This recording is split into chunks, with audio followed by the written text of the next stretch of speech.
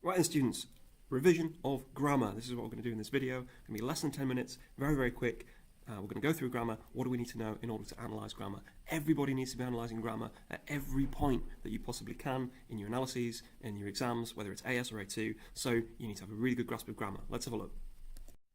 Simple stuff then. The most simple things you can do when it comes to grammar is knowing your sentence type and your sentence function. There's only 4 of each and you absolutely have to know them. Sentence type, sentence function. You have to be totally clear on what they are. Here is a little quotation from Arthur C. Clarke, the famous novelist, the famous science fiction writer. When a distinguished but elderly scientist states that something is possible, he is almost certainly right. When he states that something is impossible, he is very probably wrong.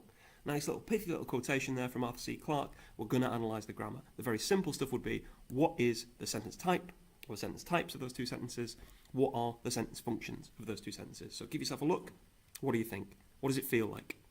Well, we've got 2 of them and they're both complex. Okay, don't worry if you're not entirely certain about that just yet. We're going to go into it, but hopefully you can see that, yep, they're quite long, they've got a comma in them.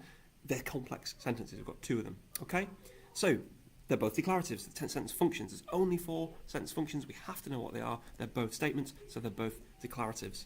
If you're worrying about, well, how do you know that it's a complex sentence? How come? Well, it's got 1 or more independent clauses and 1 or more subordinate clauses. So look at that first sentence. We've got a clause, that's a group of words that could make sense on its own, could be a sentence on its own, and we've got another clause that couldn't be a sentence on its own. When a distinguished but elderly scientist states that something is possible, that couldn't make sense on its own, but he is almost certainly right. That could make sense on its own. Put them together, you've got a complex sentence, and then we've got 2 of them. If that's a little bit of a problem, don't worry too much about it, try and do some revision, but you must be able to tell me about the fact that they are declaratives. We've got very, very clear declaratives here. They're statements. Most sentences are statements. It's not got a verb at the front, so it's not a command. It's not got a quotation mark, so it's not an interrogative. It's not got an exclamation mark, so it's not an exclamative. So they are declaratives. You've got to know your sentence types, got to know your sentence functions. Okay, mid-range stuff, getting into the clause structure, stuff you should know that's going to be able to get you into grammar in a little bit more depth. So, we want to think about what makes those complex sentences. Well, if you can see that it's a complex sentence, you should be able to tell me why, what makes it up, what are the clauses. So we've got the first clause here, when a distinguished but elderly scientist states that something is possible. That, if we ended it there, could not be a sentence on its own. But it's clearly bigger than a phrase, clearly bigger than a word, so it is a subordinate clause, a dependent clause. Couldn't be a sentence on its own, but it's attached to one that could.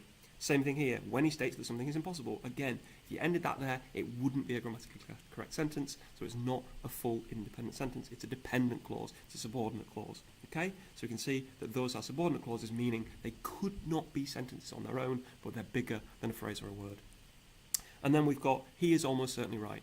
If you just got rid of the first bit and just had that, it would be a simple sentence on its own. He is almost certainly right.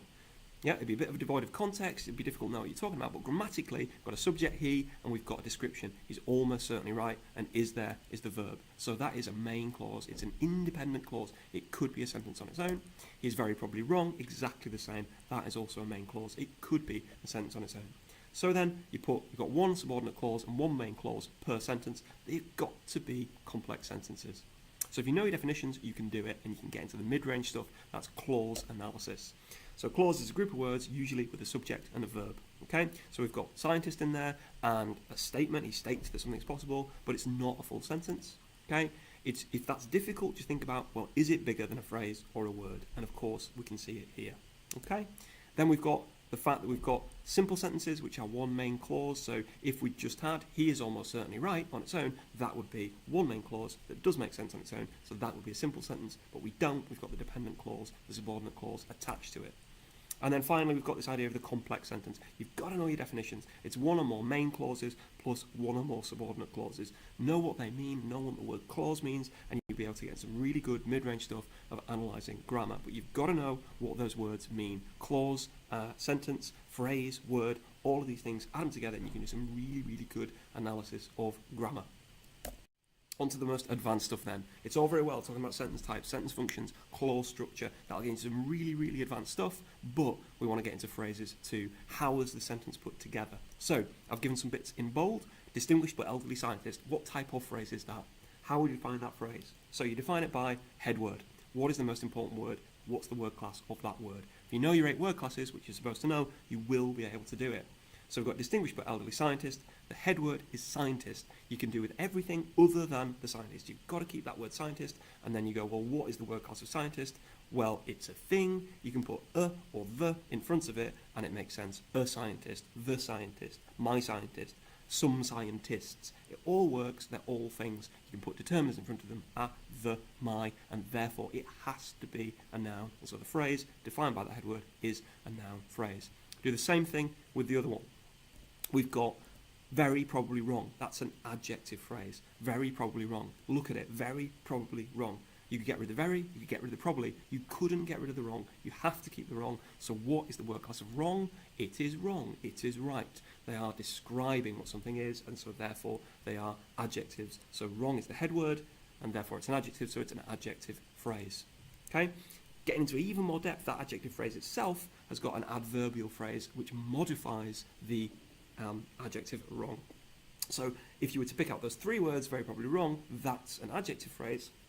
But if you were just to pick out two words, very probably, that would be an adverbial phrase. You remember, you're the one picking out phrases. You're the one telling me what the phrases are and how they work. Very probably is two adverbs, so that would be an adverbial phrase. Very is an adverb, probably is an adverb. Put them together, two adverbs, it's got to be an adverbial phrase. You can do the similar thing with distinguished but elderly scientist. If you picked out just three words, distinguished but elderly, you've got two adjectives in there, and that must mean that it's an adjective phrase. Do the same thing with this one here. We haven't highlighted it, but you could do the same thing. Almost certainly right. Well, we've already seen very probably wrong. It's an adjective phrase, so that's got to be 1, 2. So the advanced stuff is knowing your phrases, picking out interesting phrases, and seeing how they work. What do they modify? What's their position in the sentence? What are they doing within that sentence?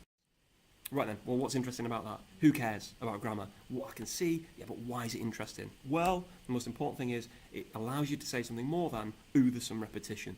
What type of repetition? What is repeated grammatically? What structures are repeated? You can see, well, the repetition here of this grammatical construction of the syntax is clearly on purpose, so there must be something going on that matters for this statement. It's in the present tense. That would be something we could think about. This is in the present tense, saying something that could be true for all time. Does that matter? What's interesting about that grammatically? We've got the fact that both sentences end with the same type of word class. They both end with simple monosyllabic adjectives. They both end with adjectival phrases. They're both complex sentences. That type of repetition, that depth of repetition in your analysis, that understanding how that works is going to lead to something much more interesting. We've got right, we've got wrong. Does it develop a certain sense of binary opposition, or a certain sense of something being right versus wrong? Is it simplified in some way?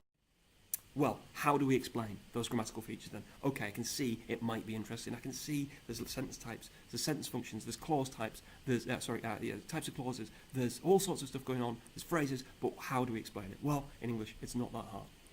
So let's have a look at our sentence. We can see there's some repetition, and we can talk about the same syntax, the word order in each sentence being the same. Complex sentence, we've got a subordinate clause followed by a main clause, ending with a simple monosyllabic adjective, which is part of an adjective phrase. So end each sentence with an adjective phrase. What does that add? It adds a sense of what? Well, maybe simplicity. Does it add a sense of judgment? We can just say, what does it make it feel like? We can do the same with the idea of tenor. Does it add a sense of something? Well, they're both complex sentences. It's a quotation made of complex sentences. Does that make it seem intelligent, sophisticated? What does it mean? What does it feel like? Just look at the language and go, well, it feels a bit clever. It feels a little bit intelligent. So maybe it adds a sophisticated tenor, an educational tenor. Maybe it adds some sort of intellectual tenor to what's being discussed. How does it help the purpose? Well, we don't really know what the purpose is. It's probably to persuade here or create some sort of an argument. So maybe the repetition helps to re-emphasize a particular point. Maybe the syntactic parallelism, the parallel structures, the repetition of those structures within the syntax gives it a sense of meeting that purpose of persuading, makes it seem better, a rhetorical effect. How does it link to the subject matter? Well, he's talking about science. He's talking about science, and he himself is a science fiction writer. So if you're going to talk about complicated subjects, maybe you're going to have complex sentences. And then how does it appeal to the audience? Well, we don't know who that is, but I'm assuming people are aware of Arthur C. Clarke's work, or people who are interested in science, or people who have some sort of interest in those topics, and so maybe it appeals to that more educated reader, or that a person who's scientifically literate, by using a more complex form of grammar. So we're just having common sense explanations, but with some lovely terminology. Right then, if you're going to be able to revise this, on to nearly 10 minutes, so very quickly, you need to be able to know the difference between word, phrase, and clause. Go back to your scrapbooks, go back to your glossaries. What is a word? What is a phrase? What is a clause? Go back to your word classes. What are your 8 word classes? You need to be able to understand those back to front. Okay, what are your phrase types? So, how do you define a phrase type? What do you do with a phrase type? So, how do you define a phrase type? Well, you pick it out yourself. What's the head word? That defines the entire type. You need to know your sentence types, your 4 sentence types. You need to do sentence functions, your 4 sentence functions. You've got to know those. If you know them back to front, you'll be able to do grammar really, really well.